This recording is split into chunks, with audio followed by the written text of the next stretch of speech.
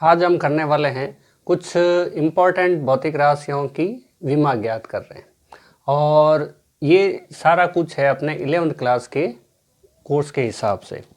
तो हम पहले देखते हैं क्या चीज़ है। हमारे पास द्रव्यमान होता है, द्रव्यमान की विमा, इसको हम अंग्रेजी में मास कहते हैं और मास का पहला अक्षर m है तो इसकी विमा m1 लिखेंगे।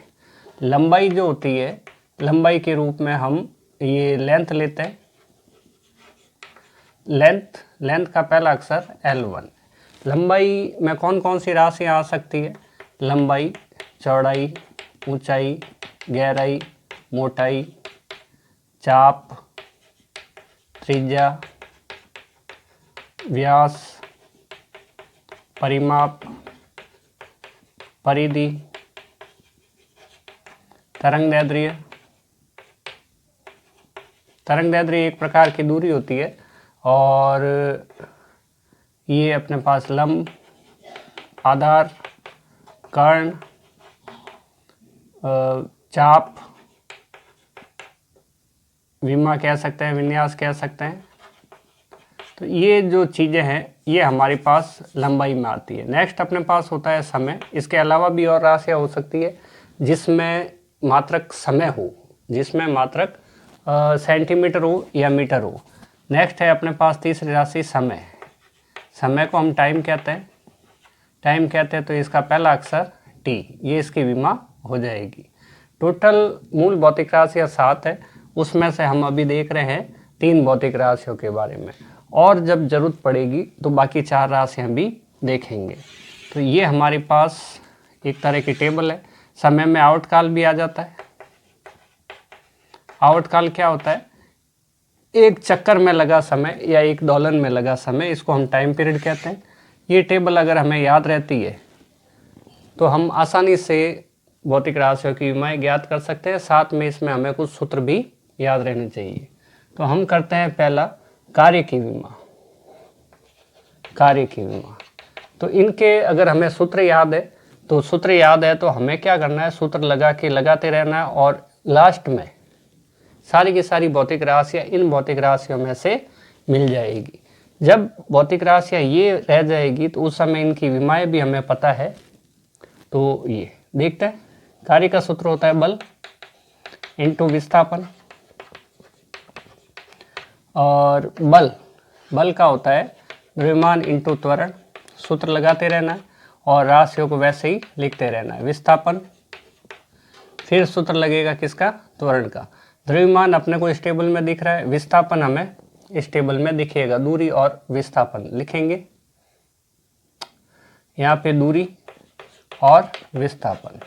तो ये हम विस्थापन लेते हैं और यहाँ पे लिखते हैं द्रव्यमान।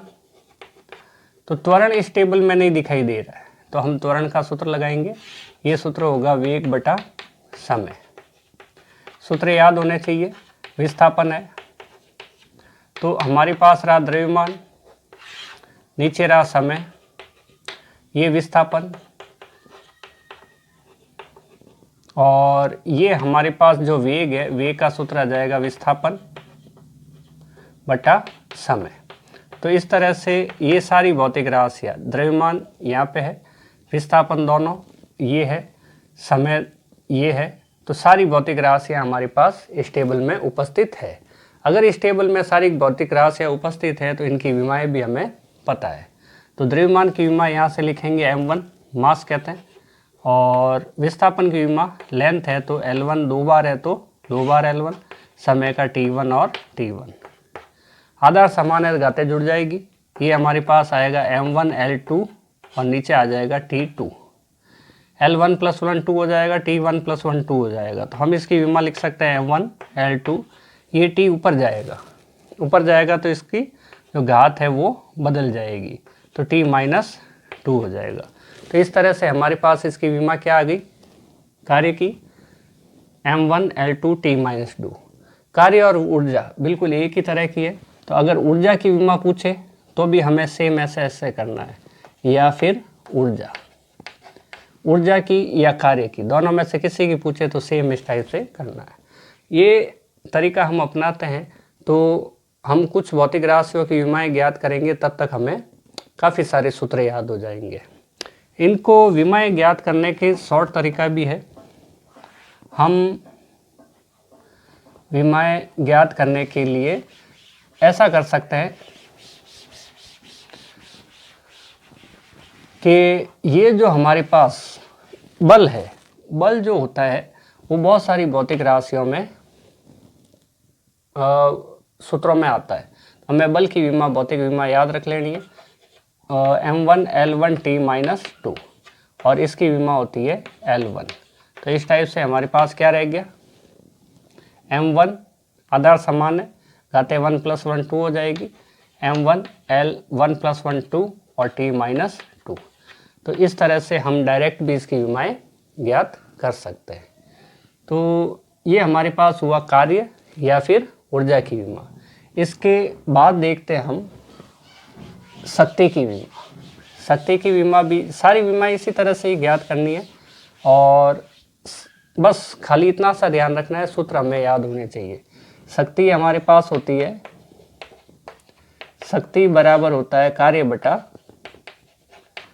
बटा समय।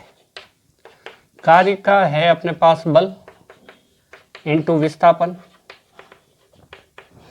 बटा समय। कार्य W बराबर हमारे पास होता है F इंटू S, बल इंटू विस्थापन। इसलिए हम ये काम कर सकते हैं। तो ये हमारे पास रहा m1 L1 T-2 बल की विमा। बल बहुत सारी राशियों में आएगा, इसकी विमा याद रखनी है। और कुछ भौतिक राशि विमाएं हम मौखिक भी याद रख सकते हैं। विस्थापन L1, ये रहा विस्थापन की विमा L1 आएगी, नीचे समय है, समय की विमा T1 आएगी। आधार समान है, गुणा करने पर L1 + L1 L2 हो जाएगा, L1 + 1 हो जाएगा, T-2 है ये T1 जब ऊपर आएगा तो ये -1 हो जाएगा। नीचे घात प्लस की है, ऊपर आने पर घात माइनस की हो जाएगी। तो ये हमारे पास रहेगा m1 L2 और T-3। तो हमारे पास शक्ति की विमा आ जाएगी m1 L2 T-3। काफ़ी आसान है। बस अगर हम बार बार सूत्र लगा के करें तो बल का सूत्र लगाएंगे द्रव्यमान इंटू त्वरण, त्वरण का लगाएंगे वेग बटा समय और वेग का लगाएंगे विस्थापन बटा समय। उसके बाद सारे की विमाएं रखेंगे तो भी हमारे पास उत्तर यही आना है, शक्ति की विमा यही रहेगी। तो इसके बाद शक्ति की विमा ये है। इसके बाद हम नेक्स्ट करते हैं घूर्णन त्रिज्या। नेक्स्ट करते हैं हम घूर्णन त्रिज्या। घूर्णन त्रिज्या बहुत ही सिंपल है। घूर्णन त्रिज्या क्या है, और ये जो भौतिक राशि आ रही है ये सारी की सारी हम 11th और 12th में पढ़ेंगे। अभी हमें केवल इनके सूत्रों पर ध्यान देना है। जैसे जैसे कोर्स आगे बढ़ता जाएगा वैसे वैसे इनके बारे में हमें जानकारी होती जाएगी। तो घूर्णन त्रिज्या एक प्रकार की दूरी होती है और दूरी की विमा L1 होती है। जब इसको पूरा लिखेंगे तो m0 L1 T0। विमाओं को भौतिक ये बड़े ब्रैकेट के अंदर बंद करके लिखा जाता है। तो ये काफ़ी आसान है। घूर्णन त्रिज्या दूरी की विमा के बराबर होगा। नेक्स्ट हम करते हैं जड़त्वाघूर्ण। नेक्स्ट विमा हमारे पास होगी किसकी, जड़त्वाघूर्ण की। जड़त्वाघूर्ण इसका फॉर्मूला होता है द्रव्यमान इंटू दूरी का स्क्वायर। द्रव्यमान की अगर हमें थोड़ी सी प्रैक्टिस हो जाती है मौखिक ही आ जाएंगे। द्रव्यमान का होगा m1 और दूरी का स्क्वायर यानी कि L2। तो इसकी विमा हो जाएगी m1 L2 और T है ही नहीं इसमें, T0 हो जाएगा। तो करते हैं जड़त्वाघूर्ण। सूत्र क्या होता है जड़त्वाघूर्ण का? जड़त्वाघूर्ण का सूत्र होता है हमारे पास द्रव्यमान इंटू दूरी का स्क्वायर। द्रव्यमान है हमारे पास m1, दूरी है हमारे पास L1 और उसका स्क्वायर है, इसलिए हम यहाँ पे 2 लगाएंगे। T है ही नहीं तो 0 लिख देंगे। यही इसकी जड़त्वाघूर्ण की विमा हो जाती है। तो काफ़ी आसान तरीका है। ये हमारे पास जड़त्वाघूर्ण की विमा है। बस विमाएं ज्ञात करने में हम देख पा रहे हैं कि हमें खाली इन सूत्रों के बारे में ध्यान देना है। तो नेक्स्ट हम काम करते हैं कोणीय वेग के बारे में। नेक्स्ट विमा निकालते हैं कोणीय वेग के बारे में। कोणीय वेग होता है कोण बटा समय, कोण बटा समय। इसको हम ओमेगा से प्रदर्शित करते हैं, ये थीटा बाई टी होता है और एक पूरे चक्कर के लिए 2 पाई अपॉन कैपिटल टी होता है और टी बराबर, ये काफ़ी ज़्यादा काम में आने वाले फॉर्मूले हैं इसलिए देख रहे हैं, 2 पाई और 1 अपॉन जो होता है वो आवृत्ति होता है, उसको हम n लिख सकते हैं या फिर f लिख सकते हैं। जब n या f लिख सकते हैं तो ये 2 पाई n फॉर्मूला बन जाता है। नेक्स्ट ये करते हैं भाई, कोण का अगर अलग से देखें, कोण का फॉर्मूला जो होता है वो हमारे पास होता है चाप बटा, ये चाप बटा त्रिज्या। इसका फॉर्मूला कोण का, नीचे हमारे पास है समय, तो चाप इसके अंदर है, इसकी विमा होगी L1, त्रिज्या भी इसके अंदर है, इसकी विमा होगी L1 और नीचे समय है T1। L1 से L1 कैंसिल हो जाएगा, T1 ऊपर आएगा तो M0 L0 T-1। T की घात नीचे की साइड +1 है, ऊपर आएगा तो ये हो जाएगा -1। तो इस तरह से हमारे पास कोणीय वेग, इसको हम ओमेगा से प्रदर्शित करते हैं, W जैसे लिखते हैं, W बोलते नहीं है इसको, ओमेगा बोलते हैं। M0 L0 T-1 किसकी विमा, कोणीय वेग की विमा। तो नेक्स्ट करते हैं हम, ये हमारे पास है कोणीय वेग। नेक्स्ट हम करते हैं कोणीय त्वरण। ये है हमारे पास कोणीय त्वरण, इसको हम अल्फा से प्रदर्शित करते हैं और फॉर्मूला इसका होता है हमारे पास कोणीय वेग बटा समय। हम ऐसे बोल सकते हैं अल्फा बराबर होता है ओमेगा अपॉन टी, अल्फा बराबर होता है ओमेगा अपॉन टी। ओमेगा की विमा लिखनी है और नीचे टी की विमा लिखनी है। और सूत्र अगर लिखना चाहे तो कोणीय वेग का अभी हमने सूत्र देखा है, कोणीय वेग बराबर हो जाता है हमारे पास ओमेगा बराबर थीटा बटा टी बोला था, तो ये हमारे पास आ जाएगा कोण बटा समय और ये हो जाएगा इनटू समय। तो इस तरह से हमारे पास कोण का तो कोई विमा होती नहीं है, M0 L0 T0, कोण बराबर होता है चाप बटा त्रिज्या, चाप की विमा L1, त्रिज्या की विमा भी L1, दोनों कट जाएंगे। कोण की कोई विमा नहीं होती, कोण विमाहीन राशि होता है। ये T1 ये T1 कितने हो गए, T2, ऊपर सब 0 0 है तो M0 L0, नीचे की साइड T1 + 1 T2 हो जाएगा और T2 ऊपर जाएगा तो ये हो जाएगा T-2। तो इस तरह से हमारे पास कोणीय त्वरण अल्फा की विमा आ गई M0 L0 T-2। तो इस तरह से हम कोणीय त्वरण की विमा ज्ञात कर चुके हैं। नेक्स्ट हम करते हैं कोणीय संवेग की विमा। कोणीय संवेग हमारे पास होता है J बराबर mvr, तो हम इसको लिख सकते हैं संवेग इंटू दूरी, कोणीय संवेग। तो इसका फॉर्मूला हमारे पास क्या होता है, कोणीय संवेग का फॉर्मूला होता है अपने पास संवेग इंटू दूरी। कोणीय संवेग का फॉर्मूला होता है संवेग इंटू दूरी। अगर संवेग इंटू दूरी होता है तो संवेग का फॉर्मूला क्या होता है, संवेग का फॉर्मूला होता है द्रव्यमान इंटू वेग, द्रव्यमान इंटू वेग फॉर्मूला होता है और दूरी की जगह दूरी है ही है। तो ये हमारे पास द्रव्यमान इंटू वेग का फॉर्मूला विस्थापन बटा समय और दूरी की जगह दूरी। तो ये हमारे पास आ गया द्रव्यमान इंटू विस्थापन इंटू दूरी बटा समय। तो ये हमारे पास सारे भौतिक राशियाँ इस टेबल में उपस्थित है। तो हम विमाएं लिखते हैं M1 L1 विस्थापन का, दूरी इसमें है, ये रही दूरी की विमा L1, नीचे समय T1। तो ये आ जाएगा हमारे पास M1 L1 और 1 2 आधार समान है तो घातें जुड़ जाएगी, L2 हो गया और T ऊपर की साइड जाएगा T-1 1। तो इस तरह से हमारे पास कोणीय संवेग की विमा आ गई m1 L2 t minus 1, m1 L2 t minus 1। Next विमा हम करते हैं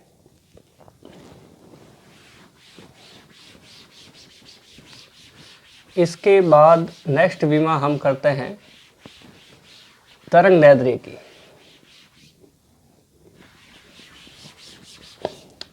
नेक्स्ट विमा हम करते हैं तरंग दैर्ध्य की।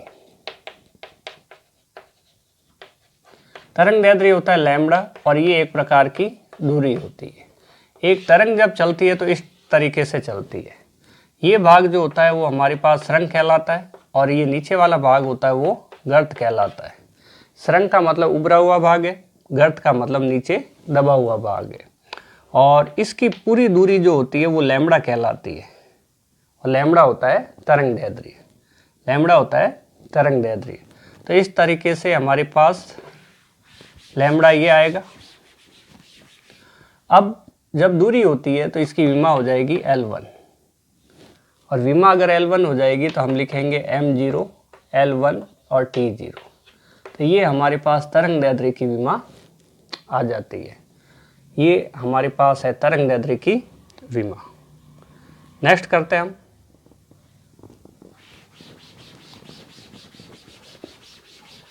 नेक्स्ट करते हैं प्लांक नियतांक। प्लांक नियतांक होता है प्लांक नियतांक। ये हमारे पास होता है ऊर्जा बटा आवृत्ति।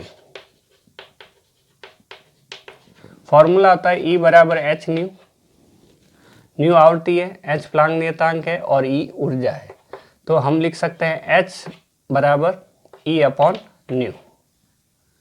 h बराबर E अपॉन न्यू। तो इससे क्या फॉर्मूला बनेगा? प्लांक नियतांक h बराबर ऊर्जा बटा आवृत्ति। तो यही फॉर्मूला हम यहाँ लगाते हैं। ऊर्जा का भी किया है। ऊर्जा का सूत्र होता है बल इंटू विस्थापन। बल इंटू दूरी लिख सकते हैं। यहाँ हमारे पास नीचे आवृत्ति है। आवृत्ति होती है कंपन प्रति सेकंड। तो कंपन बटा समय लिख सकते हैं इसको, कंपन बटा समय। तो ये समय नीचे से ऊपर आ जाएगा। तो ये हमारे पास हो जाएगा बल इंटू विस्थापन इंटू समय। ये बटा में और बटा वाली राशि हो, जैसे कंपन बटा समय, तो हम इसको समय को ऊपर और कंपन को नीचे लिख सकते हैं। समय को ऊपर लिख चुके हैं, कंपन को नीचे लिखते हैं। कंपन एक प्रकार की संख्या है। जैसे 2 कंपन होते हैं, 5 कंपन होते हैं, 50 कंपन होते हैं, तो वो एक शुद्ध संख्या है, उसका कोई भी मात्रक नहीं होगा, विमा नहीं होगी। तो हम बल की विमा लिखते हैं m1 L1 t माइनस 2। विस्थापन की विमा लिखते हैं L1 और समय की विमा लिखते हैं T1। तो इस तरह से क्या पता चलता है? बल की विमा, विस्थापन की विमा, समय की विमा, कंपन की विमा नहीं होगी। कंपन विमाहीन राशि है। तो हम ये लिखते हैं m1 L1 plus 1 L2 t minus 2 plus 1। आधार समान है तो घातें जुड़ जाएगी। -2 + 1, -2 + 1 ऐसा करेंगे तो आएगा -1। तो t - 1। ये हमारे पास प्लांक नियतांक की ऊर्जा आ गई। ये विमीय सूत्र आ गया। प्लांक नियतांक h ऊर्जा बटा आवृत्ति होता है। इसका विमीय सूत्र हमारे पास आ चुका है। तो मिटा रहे हैं।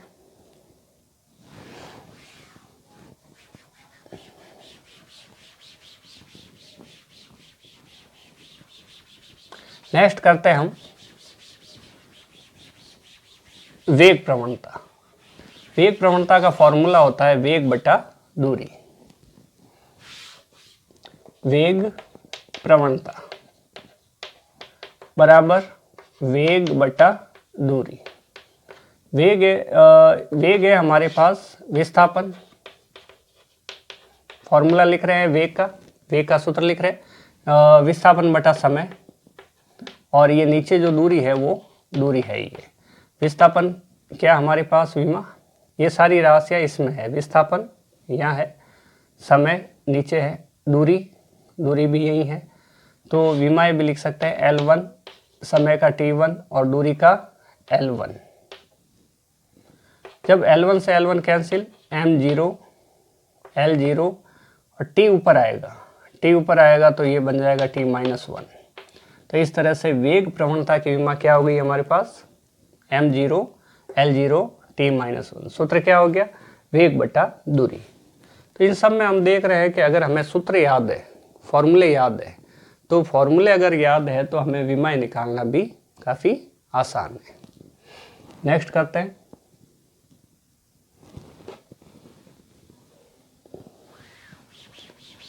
नेक्स्ट करते हैं प्रतिबल। प्रतिबल जो होता है फॉर्मूला, प्रतिबल, प्रतिबल का फॉर्मूला होता है बल बटा क्षेत्रफल। बल का वही तरीका, या तो हम फॉर्मूले लिखें बार बार, फॉर्मूले लिखने से अच्छा रहेगा कि वो फॉर्मूले हमें याद हो जाएंगे, कुछ विमाएं निकालेंगे तब तक फॉर्मूले याद हो जाएंगे। और नहीं तो हम यहाँ पे बल का लिख सकते हैं M1 L1 T-2। क्षेत्रफल होता है लंबाई इंटू चौड़ाई, लंबाई इंटू चौड़ाई, लंबाई का L1 चौड़ाई का भी L1। तो इस तरह से हमारे पास इसकी विमा आ जाएगी L2, किसकी, क्षेत्रफल की। अगर क्षेत्रफल की विमा L2 आ जाती है तो हम लिखेंगे M1 L1, ये नीचे वाला 2 ऊपर की साइड जाएगा तो ये हो जाएगा -2 और T-2। तो ये बनेगा M1 L-1 और T-2। एक में से 2 माइनस किया, एक में से 2 माइनस किया तो हमारे पास आएगा M1 L-1 T-2। बड़ी ब्रैकेट में इसको लिख देते हैं। तो प्रतिबल का सूत्र हुआ बल बटा क्षेत्रफल और इसकी विमा हुई M1 L-1 और T-2। नेक्स्ट और करते हैं। काफ़ी आसान सी चीज़ें, थोड़ी सी प्रैक्टिस की आवश्यकता है। आगे हमारे पास है दाब प्रवणता। दाब प्रवणता, प्रवणता। तो दाब प्रवणता का फॉर्मूला जो है वो हमारे पास दाब बटा दूरी होता है, दाब बटा दूरी होता है। दाब का फॉर्मूला क्या होगा, वही बल बटा क्षेत्रफल होगा। दाब का फॉर्मूला होगा बल बटा क्षेत्रफल, और ये जो दूरी हमारे पास है वो दूरी हम ऐसे कैसे लिखेंगे, तो दूरी लिखेंगे तो दूरी हो जाएगी हमारे पास, तो बल का विमीय सूत्र M1 L1 T-2, क्षेत्रफल का वही बताया अभी, लंबाई इंटू चौड़ाई, लंबाई की L1 चौड़ाई का L1, तो ये हो जाएगा L2 और दूरी के लिए L1 है। ये L1 से L1 कैंसिल हो जाएगा और ये हमारे पास बचेगा M1 L, ये 2 बचेगा, ये ऊपर जाएगा तो इसकी घात हो जाएगी -2, ये है T-2। तो इस तरह से ये हमारे पास दाब प्रवणता का सूत्र क्या आता है, दाब बटा दूरी, और इसका विमीय सूत्र क्या आएगा, M1 L-2 T-2 आएगा। तो सिंपल है। नेक्स्ट फिर करते हैं हम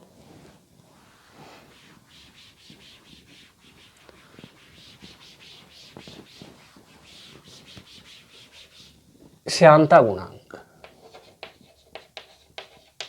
श्यानता गुणांक, इस टेबल को ध्यान में रखना है, जो इस टेबल में है उसकी विमा लिख देनी है, जो इस टेबल में नहीं होता है उसका सूत्र लगाना है। श्यानता गुणांक का फॉर्मूला होता है अपने पास बल बटा क्षेत्रफल इंटू वेग प्रवणता। वेग प्रवणता का सूत्र होता है वेग बटा दूरी। तो सारे फॉर्मूले लगा सकते हैं, बल बटा क्षेत्रफल इंटू वेग बटा दूरी आएगा, बटा में दूरी नहीं लिख के इस दूरी को हम ऊपर लिख सकते हैं। अपॉन में अपॉन वाली राशि हो तो हम नीचे वाली राशि को ऊपर ले जा सकते हैं। तो बस इसी तरीके से M1 L1 T-2 ये हो गई बल की विमा, फिर दूरी की विमा हो जाएगी L1, क्षेत्रफल की विमा हो जाएगी लंबाई इंटू चौड़ाई, लंबाई की विमा L1, चौड़ाई की भी L1, तो ये आएगा हमारे पास L2, और वेग का हो जाएगा विस्थापन बटा समय, विस्थापन बटा समय, विस्थापन का L1 बटा समय का T1, L1 बटा T1, L1 बटा T1, जो नीचे T1 है ऊपर आएगा T-1 हो जाएगा। अब हम सबको एक साथ लिखते हैं, M1 L1 + 1 L2, ऐसे लिख देते हैं 1 + 1, ये 2 ऊपर आएगा तो ये बनेगा -2, और ये 1 भी ऊपर आएगा तो बनेगा -1, पीछे बचा T -2, ये ऊपर आएगा तो ये बचेगा -1, तो हमारे पास रहा M1 L2 -2, 0 हो गया, ये -1 बचा, और ये रहा हमारे पास T-3, ये नहीं, T-1 ऊपर गया तो +1 हुआ, तो ये हमारे पास बचेगा T-1। तो इस तरह से हमारे पास श्यानता गुणांक की विमा आ गई, श्यानता गुणांक की विमा आ गई M1 L-1 T-1। सूत्र आ गया हमारे पास बल बटा क्षेत्रफल इंटू वेग प्रवणता, M1 L-1 T-1। तो नेक्स्ट हम करते हैं विकृति की विमा, श्यानता गुणांक, नेक्स्ट हम करते हैं विकृति। काफ़ी इंपॉर्टेंट विमाएं हैं, एग्जाम में कई बार ये आते हैं, तो अभी हम करते हैं विकृति। ठीक है, तो विकृति का जो सूत्र होता है वो होता है विन्यास में परिवर्तन बटा प्रारंभिक विन्यास, या हम कह सकते हैं कि विमा में परिवर्तन बटा प्रारंभिक विमा। समझेंगे इसको, विन्यास में परिवर्तन बटा प्रारंभिक विन्यास, इसको हम लंबाई के संदर्भ में समझने का प्रयास करते हैं। तो ये हमारे पास लंबाई है, एक मान लो रबड़ है या इलास्टिक है, L बराबर 10 सेंटीमीटर है। अब हमने इस रबड़ को खींच के लंबा किया, छोटा किया, लंबा किया, बार बार खींचा, तो ये इस रबड़, इलास्टिक जनरली लूज हो जाया करता है, तो ये भी थोड़ा लूज हो जाएगा, और इसकी लंबाई हो जाएगी मान लो 12 सेंटीमीटर, L1 ले लो, L2 बराबर 12 सेंटीमीटर। तो हम क्या देखते हैं, डेल्टा L बराबर आएगा हमारे पास L2 - L1, ये आएगा हमारे पास 12 - 10, ये आएगा बराबर 2 सेंटीमीटर। इसका मतलब ये हुआ कि इसकी लंबाई में वृद्धि हुई 2 सेंटीमीटर। लंबाई में वृद्धि को हम परिवर्तन कह सकते हैं, इसके लिए फॉर्मूला बन जाएगा डेल्टा L। और प्रारंभिक विन्यास नीचे लिखा हुआ है, प्रारंभिक विन्यास अपॉन में क्या आ सकता है, L आ सकता है। प्रारंभिक विन्यास क्या है, L1, तो हम L1 लगा सकते हैं। तो ऊपर भी लंबाई में वृद्धि, उसका मात्रक सेंटीमीटर आएगा, नीचे L1 है उसका भी मात्रक सेंटीमीटर आएगा, तो सेंटीमीटर से सेंटीमीटर कैंसिल हो जाएंगे, तो ये मात्रकहीन राशि है। विकृति क्या है, मात्रकहीन राशि है, और मात्रकहीन राशि है तो विमाहीन भी है, क्योंकि लंबाई में परिवर्तन की विमा L1 आएगी, और प्रारंभिक लंबाई वो भी तो एक प्रकार की लंबाई, उसकी विमा क्या आएगी, L1 आएगी। L1 से L1 कैंसिल हो जाएगा, ये विमाहीन राशि हो जाएगी। नेक्स्ट इसी चीज़ को हम जैसे दूसरा और एक उदाहरण ले सकते हैं, हम इसको बोल सकते हैं आयतन में परिवर्तन बटा प्रारंभिक आयतन, आयतन में परिवर्तन बटा प्रारंभिक आयतन। तो फिर आयतन की विमा होगी ऊपर, आयतन की विमा होगी नीचे, दोनों कैंसिल हो जाएगी और विमाहीन राशि आएगी विकृति। तो इस तरह से हम ऐसे लिख सकते हैं, लंबाई में परिवर्तन बटा प्रारंभिक लंबाई।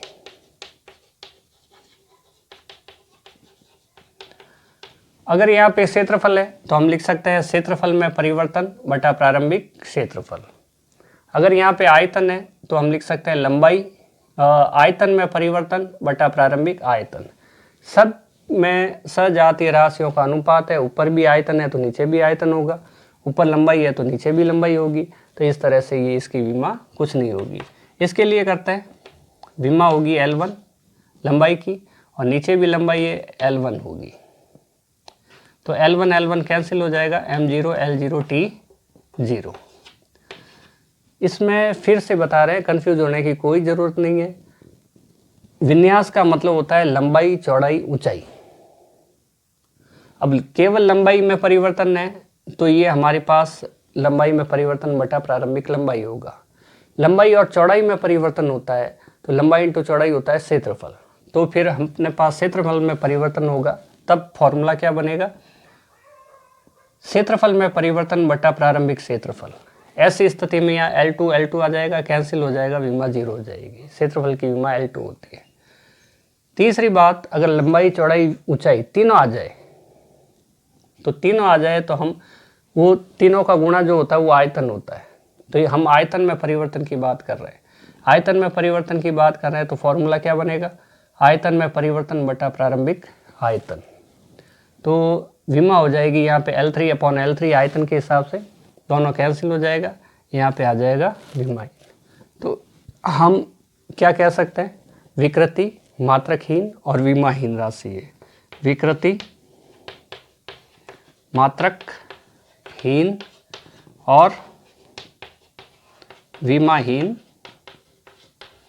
राशि है। तो ये विमाएं हुई। अब इसके बाद करते हैं नेक्स्ट, ये सारा कुछ इसके बाद करते हैं नेक्स्ट।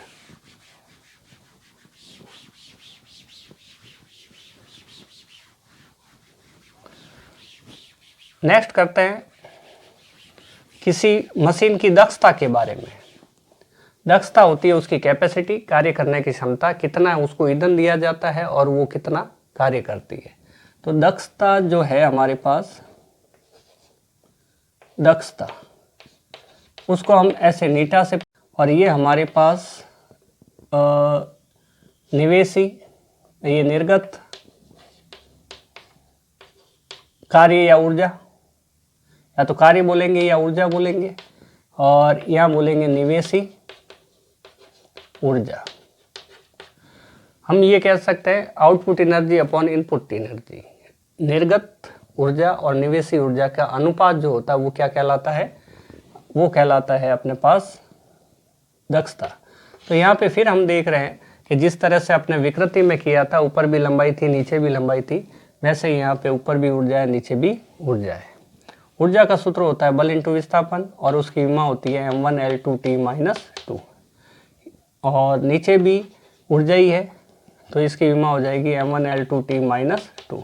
तो ये दोनों कैंसिल हो जाएंगे, M0 L0 T0। तो दक्षता की विमा हमारे पास ये बन जाएगी। यहाँ पे हम देख रहे हैं कि कुछ भौतिक राशियाँ, जैसे कौन आया था, ये आया है, कुछ भौतिक राशियाँ, ये विकृति आई थी, कुछ भौतिक राशियाँ ऐसी आ रही है जिनकी विमाएं नहीं है। तो हमें इन भौतिक राशियों को एक साथ याद रख लेना है। कई बार हमें ये पूछ लेते हैं भाई दो भौतिक राशि ऐसी कौन सी है जिसकी जो विमाहीन राशि है। कुछ ग्रुप दे देते हैं 5-7 भौतिक राशियों का, उसमें से बोल देते हैं 2 विमाहीन राशियों को अलग करो, तो उस समय ये चीज़ काम आती है। नेक्स्ट हम करते हैं पृष्ठ ऊर्जा। पृष्ठ ऊर्जा का सूत्र होता है अपने पास ऊर्जा बटा क्षेत्रफल।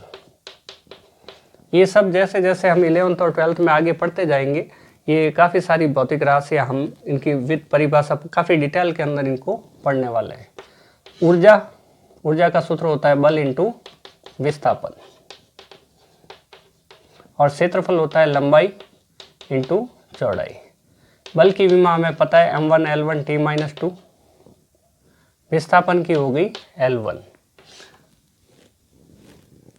नेक्स्ट ये हमारे पास L1 और L1, लंबाई का भी L1 चौड़ाई का भी L1, लंबाई लेंथ है चौड़ाई भी लेंथ है, विमा आ जाएगी L1। तो ये बचेगा, L1 से L1 कैंसिल हो गया, M ये L1 से ये L1 कैंसिल हो गया, L 1 + 1 1 - 1 1 + 1 - 1 - 1, ऊपर वाले दोनों को प्लस प्लस किया है नीचे वाले दोनों ऊपर गए तो निशान माइनस का हो गया, t-2। तो विमा आएगी हमारे पास m1, ये कैंसिल होके 0 और t-2। तो पृष्ठ ऊर्जा का फॉर्मूला क्या है हमारे पास? पृष्ठ ऊर्जा का फॉर्मूला ऊर्जा बटा क्षेत्रफल, और विमा क्या आई? m1L0 t-2 विमा आई। नेक्स्ट हम करते हैं विशिष्ट ऊष्मा।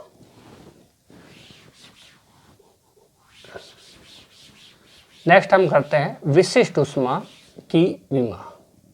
तो लिखते हैं विशिष्ट ऊष्मा। विशिष्ट ऊर्जा नहीं, ऊष्मा। विशिष्ट ऊष्मा का जो फॉर्मूला होता है वो होता है हमारे पास ऊर्जा बटा द्रव्यमान इंटू ताप में वृद्धि। अगर सूत्र याद है तो विमाएं निकालना बड़ा ही आसान है। यहाँ पे हमारे पास ताप एक नई राशि आई है जो अब तक अपने पास नहीं आई थी, इसलिए हम जो बाकी भौतिक राशियाँ हैं उनको भी ध्यान से देखते हैं। मूल भौतिक राशियाँ हैं कि भाई उसके कारण विमा पे क्या प्रभाव पड़ेगा। उसके लिए हम यहाँ पे लिख देते हैं द्रव्यमान, लंबाई, समय, ताप, धारा, पदार्थ की मात्रा और प्रदीपन तीव्रता, ल्यूमिनस इंटेंसिटी, प्रदीपन तीव्रता। इनकी विमाएं क्या क्या होती है? मास के हिसाब से ये m1, लंबाई लेंथ के हिसाब से L1, समय का हो जाएगा T1, ताप का हो जाएगा केल्विन से K1, धारा का हो जाएगा एम्पियर से A1, पदार्थ की मात्रा MOL और प्रदीपन तीव्रता तो कैंडेला। ठीक है, तो इस टाइप से हम इनकी विमाएं लिख सकते हैं। अभी यहाँ पे हमारे पास ताप आ रहा है। ताप में वृद्धि हो चाहे कमी हो चाहे ताप हो, यही रहेगा। ऊर्जा का सूत्र होता है बल इंटू विस्थापन, कार्य के बराबर है ये विस्थापन, और नीचे है द्रव्यमान और इंटू ताप में वृद्धि है ताप में वृद्धि। तो अब हम इसकी विमाएं लिखते हैं m1L1 t-2। किसकी विमाएं? बल की। विस्थापन की विमा हो जाएगी L1, द्रव्यमान की विमा हो जाएगी m1, ताप में वृद्धि की विमा हो जाएगी K1। यहाँ से ध्यान रखना है केल्विन के हिसाब से, ताप टेम्परेचर नहीं, ताप का केल्विन K1। तो m1 ऊपर, ये नीचे वाला 1 ऊपर जाएगा तो -1, L1 + 1 2, t-2 अकेला है, K नीचे से ऊपर आ जाएगा तो -1। ये सब विमाएं m0, L1 + 1 2 हो जाएगा, t-2 और K-1। तो इस टाइप से हमारे पास विशिष्ट ऊष्मा का सूत्र होता है ऊर्जा बटा द्रव्यमान इंटू ताप में वृद्धि, और इसका विमीय सूत्र आता है m0 L2 t-2 K-1। तो काफ़ी इम्पोर्टेंट चीज़ है और काफ़ी आसान भी है। तो देखते हैं नेक्स्ट हमारे पास विमा किसकी निकालें? क्षय नियतांक की निकालते हैं। क्षय नियतांक 12 चैप्टर, क्लास 12 चैप्टर नाभिक के अंदर, लेकिन अभी हम इसकी विमा निकाल रहे हैं। हम लिखते हैं क्षय नियतांक। फॉर्मूले सूत्र याद रखने होंगे। फॉर्मूला है इसका अपने पास 0.693 बटा अर्धायुकाल। काल का मतलब होता है समय, और उसके हिसाब इसको हम लैम्बडा से प्रदर्शित करते हैं, और ये आता है 0.693/t। अर्धायुकाल को हम t से प्रदर्शित करते हैं। तो ऊपर 693 ये शुद्ध संख्या है, m0 L0 t0 इसकी विमाएं होगी। ये विमाहीन राशि है, संख्या 2, 5, पाई, log 2 इस टाइप की राशि है, विमाहीन है। ये हमारे पास समय है, अर्ध आयुकाल है। आयुकाल है तो इसकी विमा हो जाएगी t1। हम इसको लिख सकते हैं m0 L0 t-1। तो इस टाइप से हमारे पास विमा आ गई m0 L0 t-1 किसकी, क्षय नियतांक की। नेक्स्ट हम काम करते हैं गुप्त ऊष्मा। गुप्त ऊष्मा की विमा निकालेंगे। वो फॉर्मूला है हमारे पास गुप्त ऊष्मा का, लिखते हैं पहले। गुप्त ऊष्मा का फॉर्मूला है हमारे पास ऊर्जा बटा द्रव्यमान। गुप्त ऊष्मा बराबर ऊर्जा बटा द्रव्यमान। ऊर्जा का सूत्र क्या, ऊर्जा होती है कार्य के बराबर, कार्य होता है बल इंटू विस्थापन। तो हम लिखते हैं बल इंटू विस्थापन। काफ़ी आसान सी चीज़ है। द्रव्यमान बल हमारे पास m1 L1 t-2, विस्थापन के लिए हो जाएगा L1 और द्रव्यमान का हो जाएगा m1। तो ये m1 से m1 कैंसिल हो गया, या ऐसे लिख सकते हैं 1 - 1। ऊपर वाला 1 है ही है, नीचे वाला 1 ऊपर जाएगा तो -1 हो जाएगा। आधार समान है तो घातें जुड़ जाती है, L1 और L1 जुड़ के L2 t-2। तो यहाँ पे हमारे पास आ जाएगा m0 L2 t-2। तो हमने देखा गुप्त ऊष्मा का सूत्र होता है ऊर्जा बटा द्रव्यमान, और इसकी विमा होती है m0 L2 t-2। तो काफ़ी सिंपल है। नेक्स्ट और करते हैं, मिटा रहे।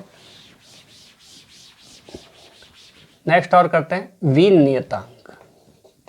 वीन नियतांक, इसको हम स्मॉल b से प्रदर्शित करते हैं, और सूत्र होता है तरंग दैर्ध्य इंटू तापांतर। तरंग दैर्ध्य इंटू तापांतर। फिर ये ताप वाली राशि आती है, ताप का मात्रक हम K लिखेंगे। ताप में वृद्धि हो, ताप में कमी हो, ताप हो या तापांतर हो, एक ही बात है। तो तरंग दैर्ध्य हमने बताया था एक प्रकार की दूरी है, और तापांतर ताप है तो इसकी विमा हो जाएगी L1। तापांतर ताप है तो विमा हो जाएगी K1। तो इस तरह से हमारे पास B की विमा आ जाती है M LT के L1 और K1, लेकिन M और T 0। तो इस तरह से हमारे पास वीन नियतांक B स्मॉल b का फॉर्मूला होता है तरंग दैर्ध्य इंटू तापांतर, और इसका विमीय सूत्र होता है m0 L1 T0 और K1। K ताप के लिए आता है, केल्विन के हिसाब से हमें याद रखना है। और विमा करेंगे नेक्स्ट टाइम में।